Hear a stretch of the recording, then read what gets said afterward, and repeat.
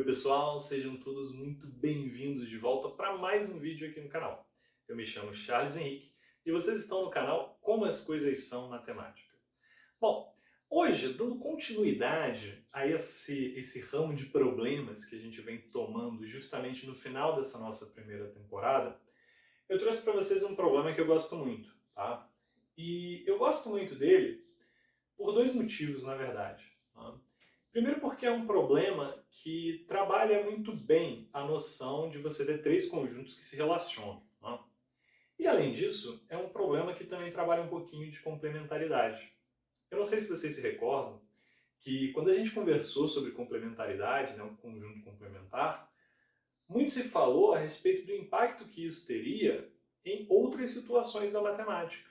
E uma maneira que é exemplar de categorizar esse impacto é justamente quando a gente vai falar de probabilidade. Ou seja, isso é muito importante.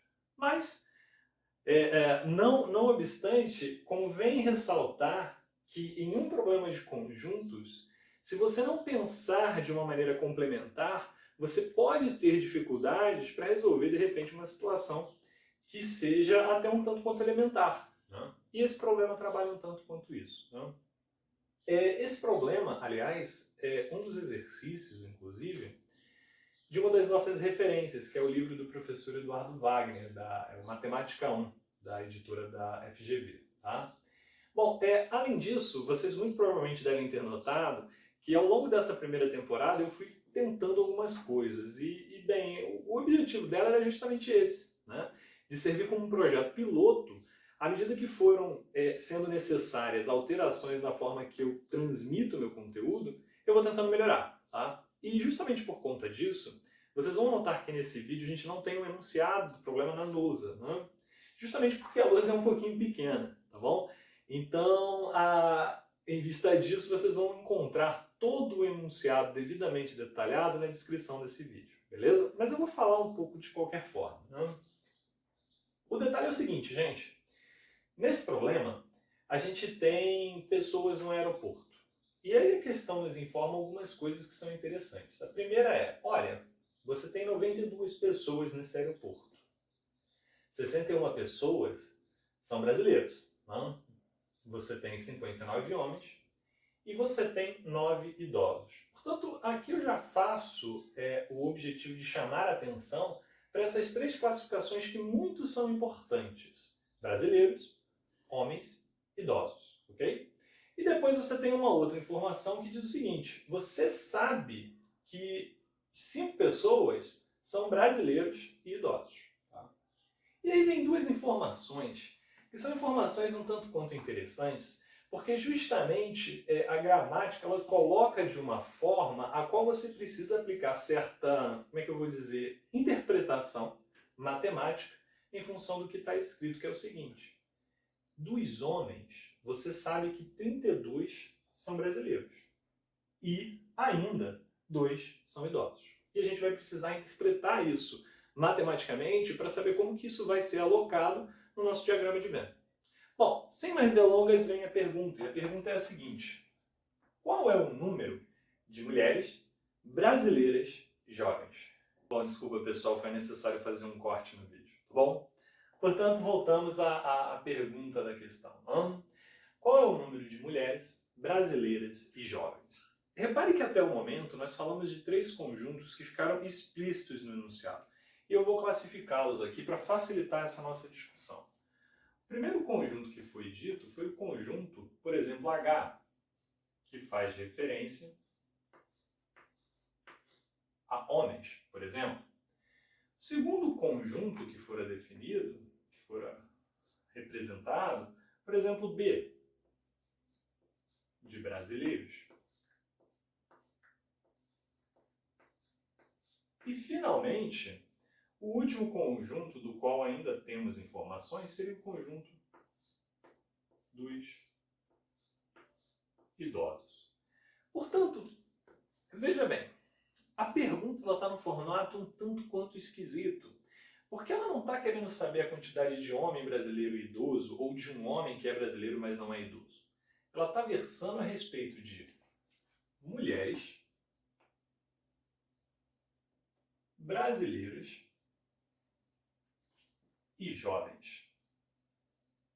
Portanto, eu faço uma pergunta. Ora, isso é extremamente comum, tá, gente? Quando vocês tocam com um tipo de problema assim, uma das primeiras e mais natural forma de se pensar é, poxa, será que não está faltando um conjunto, de repente, para a gente poder trabalhar essa relação, o conjunto das mulheres?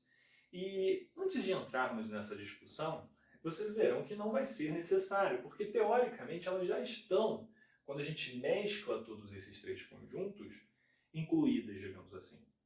Agora, para isso ficar mais evidente, eu vou aproveitar para falar um pouquinho do complementar. Então, por exemplo, não sei se vocês se recordam, mas definimos, né, o complementar de um conjunto com essa notação aqui no início da nossa temporada. Né? Seria o H e esse C subscrito como complementar.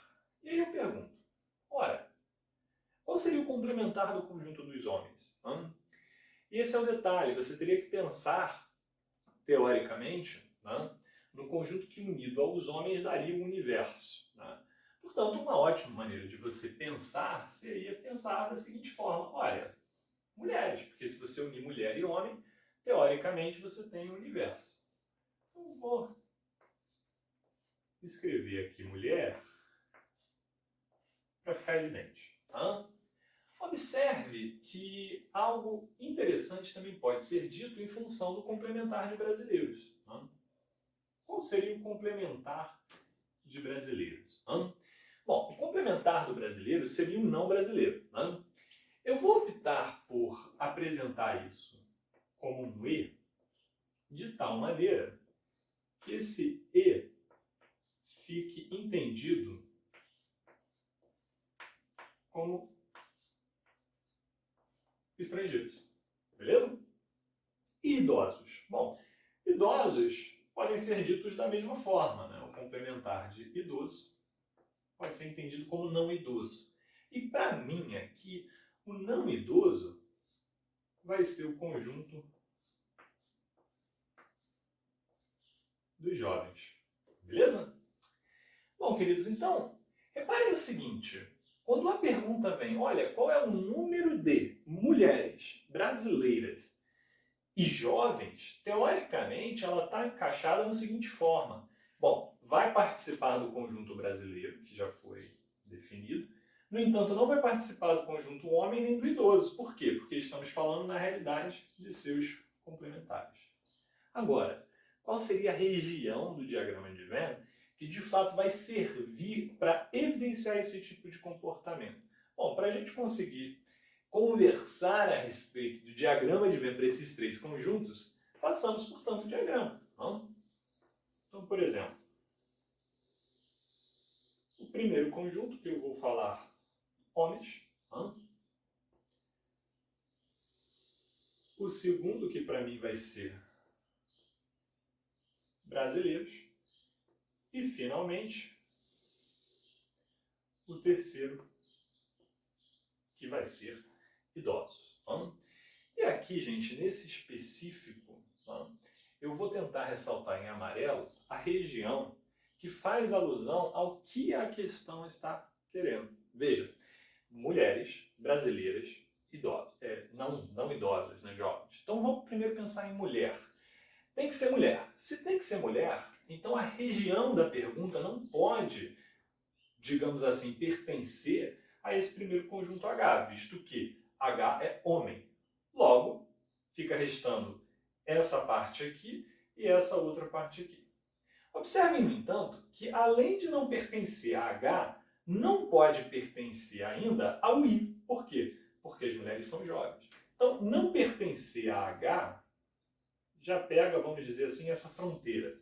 Não pertencer ao I pega essa fronteira também. Portanto, e como a gente sabe que elas são brasileiras, né, podemos dizer que essa região aqui, que poderia ser interpretada como somente brasileiro, né, é a região onde você vai encontrar as mulheres que são brasileiras e são jovens. E aí a gente pode atribuir a elas uma determinada incógnita, por exemplo, N. Beleza? Ou seja, essa daqui é a quantidade que a gente está interessado em descobrir nesse problema.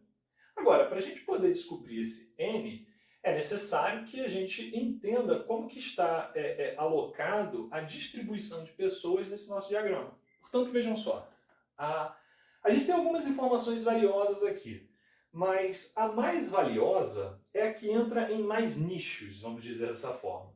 E é justamente nessa informação aqui que eu gostaria de trabalhar.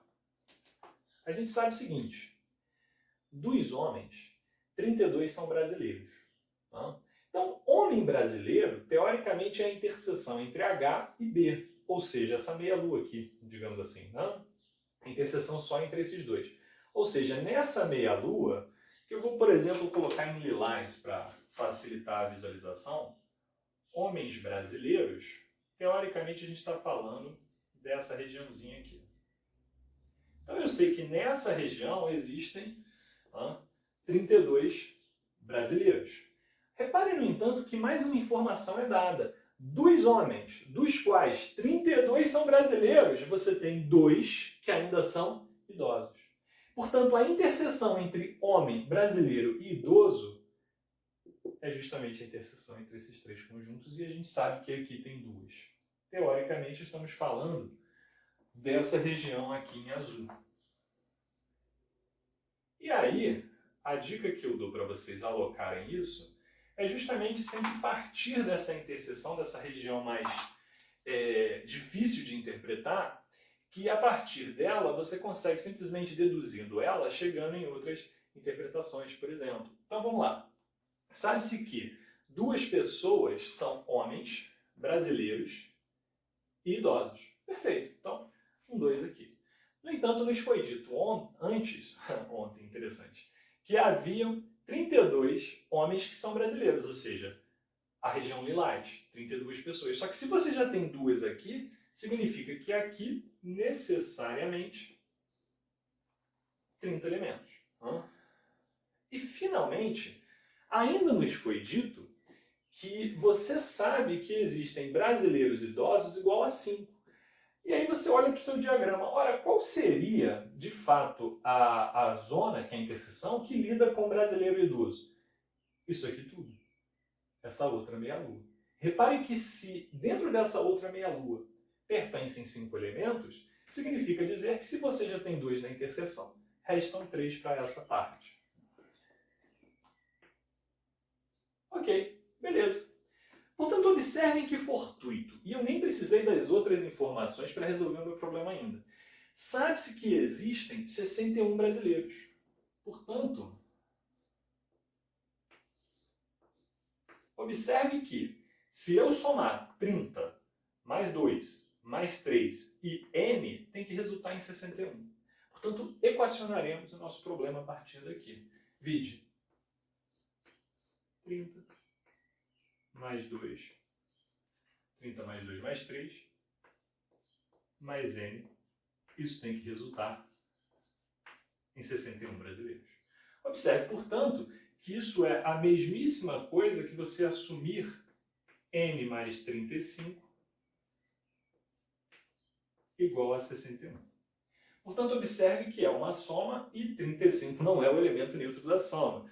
Dessa forma, há a necessidade de se subtrair de ambos os lados dessa equação 35. Portanto, 35 menos 35 resulta em 0, o elemento neutro.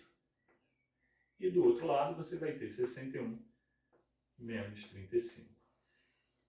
Portanto, vídeo, 61 menos 35 resulta em 25 com 1, 26. Ou seja, em outras palavras, você tem 26 elementos que pertencem a esse conjunto que a gente destacou aqui. Logo, existem 26 mulheres brasileiras, jovens, nessa nossa relação, digamos assim, de pessoas do aeroporto, beleza? Queridos, esse foi o problema que eu queria trazer para vocês hoje. Esse problema é muito interessante e ele ainda tem outro item, que é o item B. E esse item B está aí na descrição para caso vocês queiram, né, praticar um pouquinho também, beleza? Gente, se vocês gostaram desse vídeo, eu faço mais uma vez o pedido, por favor, curtam. Além disso, compartilhem com os amigos que porventura possam achar isso interessante.